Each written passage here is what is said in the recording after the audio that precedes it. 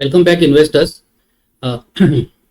तो मार्केट्स में the Nifty is fallen from 26,200 to around 23,532 और Sensex has also fallen and lot of good companies have also corrected from their all time highs। तो अभी हम लोग यही देखते हैं कि मार्केट में होता क्या है कि मार्केट में ऐसा है कि whenever you have slew of negative news continuously अगर negative news आते रहेगी तो market will keep on falling down. मतलब there will be lot of short selling by people. The जो बायर्स है ना they will wait for prices to come down. तो ये जो सिलसिला जो चालू हो गया 26,200 जो हाई बनाया था तो उसके मेन रूट कॉज क्या है कि ये निफ्टी फॉल क्यों हुआ। There were lot of negative news we started coming in the month of सितंबर। पहला नेगेटिव न्यूज क्या था कि चाइना स्टिमुलस था। तो चाइना में जब स्टिमुलस आया तो एफआईएस का थिंकिंग क्या था कि इंडिया मार्केट 24.5 का प्राइस टू अर्निंग रेशियो पे इंडिया मार्केट था। तो FIs thought that 26,200 is too higher level, India's markets are very expensive. तो एफआईएस ने started booking profit. First reason FI started booking profit in India market. Second reason China stimulus where sell India buy China. Okay, so they started moving their money to China. ठीक है ना, because Chinese markets are very less expensive then India. तो the money started moving to China. ठीक है, the root cause, अब ये दो root cause है। तीसरा रूट कॉज था कि देखो when FI started selling, quarter two results announce नहीं थे, सितंबर एंड की बात है, तब तभी से इन्होंने FI started selling, domestic investors were equally buying. So market ज्यादा कुछ क्रैश नहीं हो रहा था, पैनिक नहीं था मार्केट में। थर्ड रीजन क्या हुआ, थर्ड रीजन सेकंड क्वार्टर के जो रिजल्ट्स आए तो रिजल्ट्स वेर एक्सट्रीमली बैड।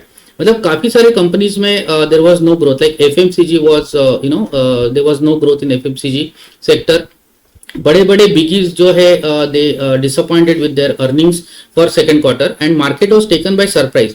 तो FIs continuously started selling because उनको लगा कि ये सेकंड क्वार्टर के results were bad and also the China factor was working in their favour because they are moving money to China.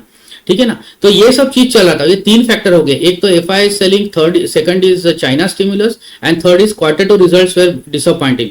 Fourth negative news क्या आया, fourth negative news ये आया कि आपका रिटेल इन्फ्लेशन 6.17% आया अक्टूबर का। तो they were not expecting that the inflation number will go so high. तो इन्फ्लेशन जब आता है तो रॉ मटेरियल के प्राइसेस बढ़ते तो कंपनीज के मार्जिन पे इंपैक्ट होता है। तो ये चौथा रीजन था कि इन्फ्लेशन वॉज गोइंग अप।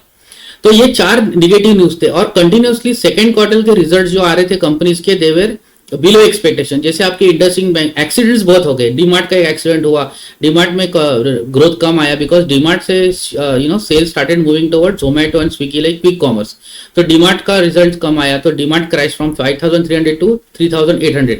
उसके बाद हिंदुस्तान लीवर का रिजल्ट खराब आया। उसके बाद नेस्ले बोला कि देयर इज नो ग्रोथ। उसके बाद कोलगेट का रिजल्ट भी समवट ओके था। फिर बैंकिंग के रिजल्ट आने लग गए तो बैंकिंग में इंडसइंड बैंक का रिजल्ट अच्छा नहीं था बिकॉज उनके एनपीएस बढ़ने लगे, two wheelers and micro finance में इंक्रीज होने लगे। तो ये नेगेटिव न्यूज, तो slew of negative news takes markets down and which makes bears more confident to short sell and bulls जो होते हैं वो रुक जाते हैं बाइंग करना। बिकॉज क्या होता है कि दे सेड कि हम लोग नीचे में ले लेंगे बिकॉज अभी क्वार्टर के रिजल्ट्स अगर बिलो एक्सपेक्टेशन आ रहे थे। तो अभी क्या हुआ कि उसमें somewhat there bright spot like ICICI bank results were good, Axis bank results were good, but IDFC first bank results were bad because of MFI का जो स्ट्रेस था, उनका एसेट क्वालिटी डिटेरियोरेट हुआ। इंडस बैंक का एसेट क्वालिटी डिटेरियोरेट हुआ। फिर उसके बाद आईटी के रिजल्ट आए, इन्फोसिस और टीसीएस के रिजल्ट समवट ओके थे, कुछ ज्यादा कुछ खास नेगेटिव नहीं था उसमें। Somewhat mid cap IT sector के रिजल्ट अच्छे है, लाइक परसिस्टेंट, कोफोर्ज के रिजल्ट बढ़िया है। तो मार्केट्स वाज थिंकिंग कि चलो अभी फिर से ऊपर चला जाएगा, लेकिन एफआईएफ की रिलेंटलेस सेलिंग जो हुई है अक्टूबर मंथ में which is around 1.2-1.3 lakh crore. Okay, और उसके बाद नवंबर में कंटिन्यू होती गई, 24,000 करोड़ नवंबर में बेचा उन्होंने। तो ये सब चीज फैक्टर निगेटिव थे। अभी आपको देखना है कि मार्केट में क्या होता है कि जैसे जैसे पॉजिटिव न्यूज आते रहेगी तो मार्केट क्या होता है कि थोड़ा स्टेबलाइज होता है। अभी मार्केट में क्या हो रहा है कि because of continuous negative news वो कंटिन्यूस नीचे स्लाइड हो रहा है। और मार्केट में ये होता है कि markets discount the stock prices to the extremes. जैसे नेगेटिव न्यूज बहुत ज्यादा आती रहेगी तो मार्केट्स नीचे में बहुत एक्सट्रीम में करेक्ट होते। जब पॉजिटिव न्यूज आती है तो मार्केट्स अपर साइड में, अपर एक्सट्रीम्स में मार्केट चले जाते हैं, मतलब स्टॉक्स के प्राइसेस और बढ़ते जाते हैं। तो अभी इसमें यह हुआ है कि एफआईएस ने जो इंडिया में बेचा और चाइना चले गए। चलो एफआईएस का बनी चाइना में चला गया। अभी आप देखो what was the root cause of the market fall. China market was inexpensive, India was expensive. India was expensive at 24.5 price to earning ratio पे इंडिया मार्केट था. China market was less expensive, तो पैसा चला गया China में. अभी क्या हुआ, यूएस का इलेक्शन हो गया, प्रेसिडेंशियल इलेक्शन. अगर प्रेसिडेंशियल इलेक्शन में अगर डोनाल्ड ट्रंप नहीं आते तो ये सिलसिला ऐसे ही कंटिन्यू होता. अभी डोनाल्ड ट्रंप का इलेक्शन में, प्रेसिडेंट इलेक्शन में जीतना, ये इंडियन मार्केट्स के लिए कैसा है. अभी क्या हुआ है, पैसा तो चाइना में चला गया. अब चाइना के ऊपर डोनाल्ड ट्रंप का रवैया कैसा है कि what Donald Trump is saying, he will put tariffs on China. अभी जो पैसा चाइना में चला गया, एफआईएस का तो पैसा चाइना में चला गया. अब एफआईएस सोच रहे कि भाई टैरिफ अगर आएंगे चाइनीज कंपनीज पे तो कैसे चाइनीज मार्केट कैसे ऊपर जाएगा, how will Chinese companies make profits. अगर आप यूएस अगर टैरिफ डालेगा चाइना पे तो Chinese profitability will come down Chinese companies की. तो एफआईएस नाउ आर थिंकिंग कि भाई वो चाइना जो पैसा लेके गए हैं वो चाइनीज कंपनी का प्रॉफिटेबिलिटी कैसे होगा. अगर चाइना में अगर प्रॉफिट्स कम होंगे तो उनको रिटर्न्स कम मिलेंगे. अभी देखो ये सब नेगेटिव न्यूज आ गई. अभी आप देखो कि पॉजिटिव न्यूज कैसे आती है मार्केट्स में. जैसे जैसे मार्केट नीचे गया उसमें IPOs was another reason. IPOs जो प्राइस हुए थे हाईली प्राइस आईपीओज, मतलब इन्वेस्टर्स लॉस्ट हेवीली. हुंडई का आईपीओ जो आया, हुंडई का आईपीओ में the price was very high ना, वो 1900, लेकिन हुंडई का प्राइस कम हुआ.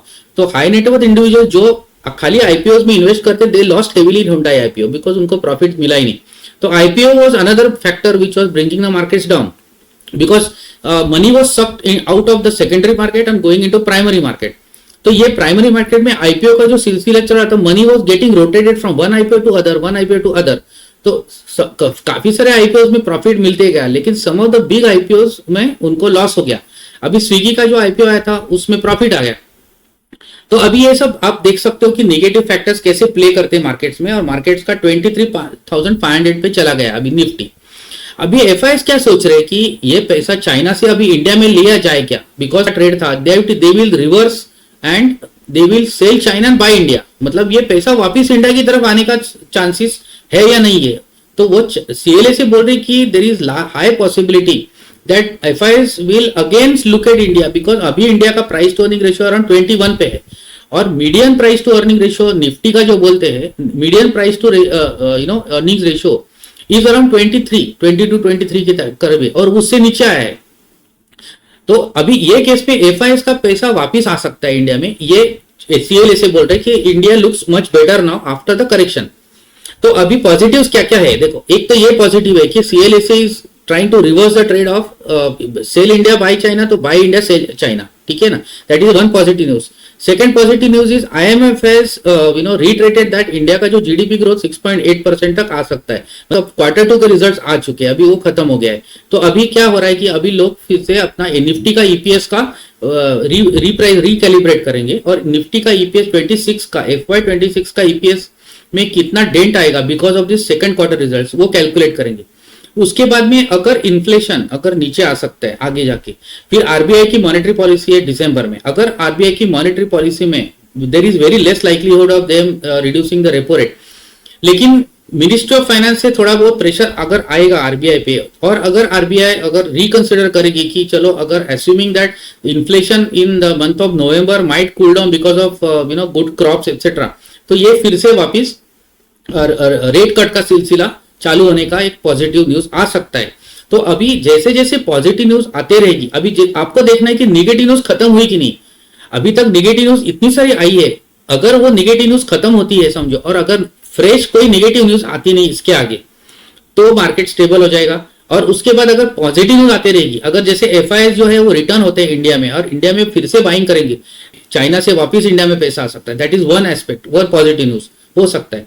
डीआईएस के पास तो 25,000 करोड़ का उनका एसआईपी बुक आया है. ओके, तो DI is a flush fund, लेकिन डीआई का कैसे, they are they are not aggressively buying, थोड़ा थोड़ा बाय करें 2,000-3,000 करोड़ का.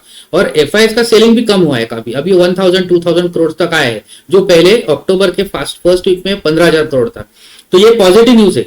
तो आपको पॉजिटिव न्यूज देखना है इसमें कौन सी पॉजिटिव न्यूज आ सकती है. तो slew of positive news will take the markets up, slew of negative news will take the markets down. ये आपको देखना है. अभी पॉजिटिव न्यूज में अभी देखो सेकंड क्वार्टर के तो रिजल्ट आ गए. अभी जो ऑटो नंबर्स आएंगे, नवंबर के ऑटो नंबर्स आएंगे, उसमें काफी अच्छा इंक्रीज हो सकता है बिकॉज दिवाली है, आपके फेस्टिव सीजन में कार्स की बिक्री अच्छी होती है, टू व्हीलर्स की बिक्री अच्छी होती है, ईवीज की बिक्री अच्छी है, महिंद्रा की बिक्री अच्छी होगी, मारुति की अच्छी होगी। तो ये सब चीज अभी देखना है कि नवंबर एंड से अक्टूबर नंबर्स आएंगे, उसके बाद कंजम्पशन कैसे होता है वो देखना है। लेकिन इंडिया में देखेंगे तो अक्टूबर नवंबर दिसंबर का जो पीरियड रहता है उसमें सेल्स अच्छा होता है कंपनीज का, if you take the history.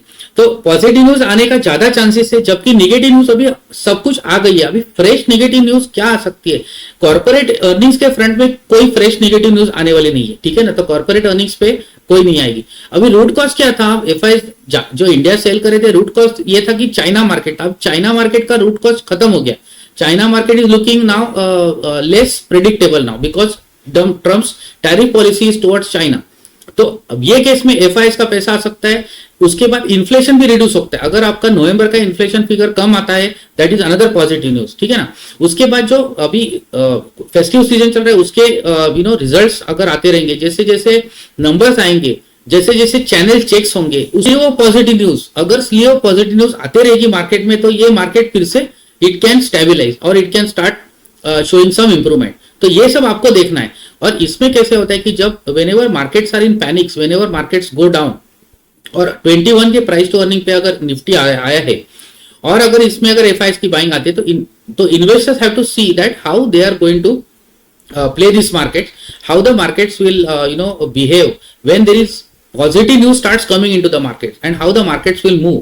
Okay, तो ये आपको अभी आपको यही देखना है कि मार्केट्स में आगे क्या होने वाला है। आपको लग रहा है अगर कि निगेटिव न्यूज अभी खत्म हो गई है मार्केट में आने की, और अभी गुंजाइश जो है वो पॉजिटिव आने की गुंजाइश है, अब सब निगेटिव न्यूज खत्म हो गई है। मार्केट कब टर्न होता है? जब all the negative news has been factored and discounted into the Nifty valuation, into the stock market valuations, into the Nifty PE, price to earning ratio. अगर सभी नेगेटिव न्यूज डिस्काउंट हो गई तो market नीचे जाने का चांस ही नहीं है फिर, क्योंकि नेगेटिव न्यूज खत्म हो गया अभी। अगर नेगेटिव न्यूज फर्दर कुछ आती है नहीं तो अलग चीज है, लेकिन कॉर्पोरेट अर्निंग्स फ्रंट पे तो नेगेटिव न्यूज आ गई है अभी, तो इससे कुछ नया आने वाला नहीं है। तो ये सब अभी आपको देखना है कि यू हैव टू सी कि if you think that the nifty price to earning ratio has reached a reasonable level, then accordingly the you can look at the markets in that way. So in my perspective, what I think is that all the negative news has already been discounted in the market, because इसके आगे जो news आएगी वो positive आने वाली है। Auto numbers आएंगे, और उसके बाद में रिटेल के नंबर्स आएंगे, उसके बाद में बाकी सारे कंपनीज के रिजल्ट्स, बाकी सारे कंपनीज के जो थर्ड क्वार्टर के रिजल्ट आएंगे, which will be much better than second quarter. तो ये सब चीज में आपको देखना है कि आपको आपका व्यू बनाना है, और आपके फाइनेंशियल एडवाइजर को कंसल्ट करके आपको जो भी, अगर in case if you want to take any action in this market, you can take the action in the market. But आपको इन माय पर्सपेक्टिव, चाइना से पैसा चाइना से एफआईएस का पैसा आने का बहुत बड़ा चांस है अभी। There is a huge probability that the money can move from China back to India, जो इंडिया से पैसा गया था। Some money has already gone to the US market, जो वापस आने का चांस मुझे कम लग रहा है, probability is less. But China का पैसा इंडिया में आने का चांसेस, प्रोबेबिलिटी बहुत ज्यादा है। तो ये एक पॉजिटिव न्यूज है, और बाकी की भी जो भी पॉजिटिव न्यूज आती रहेगी in future, that will stabilise the market, that will जो अभी मार्केट्स में लोग जिटरी है, रिटेल इन्वेस्टर्स, मतलब काफी सारा पोर्टफोलियो में डेंट हुआ है। तो always what happens is that whenever the market turn around, अभी जैसे मेटल सेक्टर है, metal sector was going up because of China factor, China stimulus, तो चाइना से मेटल की मांग ज्यादा बढ़ेगी, डिमांड। लेकिन चाइना की मार्केट पे अगर टैरिफ आया तो हिसाब से चाइना का स्टिमुलस जो आया, तो चाइनीज मार्केट अगर नहीं करता है उतना पहले जितना सोचा था उसमें, तो अगर वो केस में मेटल के प्राइसेस सॉफ्ट रहेंगे, गोल्ड प्राइस है कम डाउन, तो ज्वेलरी कंपनीज को फुटफॉल बढ़ेंगे, लोग ज्यादा ज्वेलरी के तरफ चले जाएंगे, ये भी हो सकता है। रिटेल के नंबर भी अच्छे आ सकते हैं, बिकॉज शॉपिंग काफी सारी दिवाली और नवरात्रि, दिवाली और अदर फेस्टिव सीजन में शॉपिंग होती है। तो दिसंबर के रिजल्ट है मेरे हिसाब से बहुत बढ़िया आने वाले हैं, और दिसंबर के रिजल्ट अगर अच्छे आए तो मार्केट स्टेबल हो सकता है ये करंट लेवल से। और अगर एफआईआई का पैसा चाइना से इंडिया में आना चालू हो गया तो सोने पे सुहागा। Domestic funds are already flush with fund, domestic institutions, तो म्यूचुअल फंड के पास तो सिप तो आ ही रहा है। अभी म्यूचुअल फंड को देखना है कि when to purchase in aggressive way, they will keep on purchasing 2000-3000 crore, that is what they have been doing up till now, trying to stabilise the market.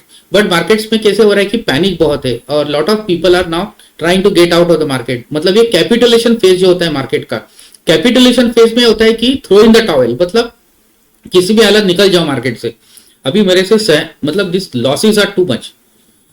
तो कैपिटुलेशन फेज में ये होता है कि मार्केट्स में last fag end of the fall जो होता है उसमें कैपिटुलेशन होता है।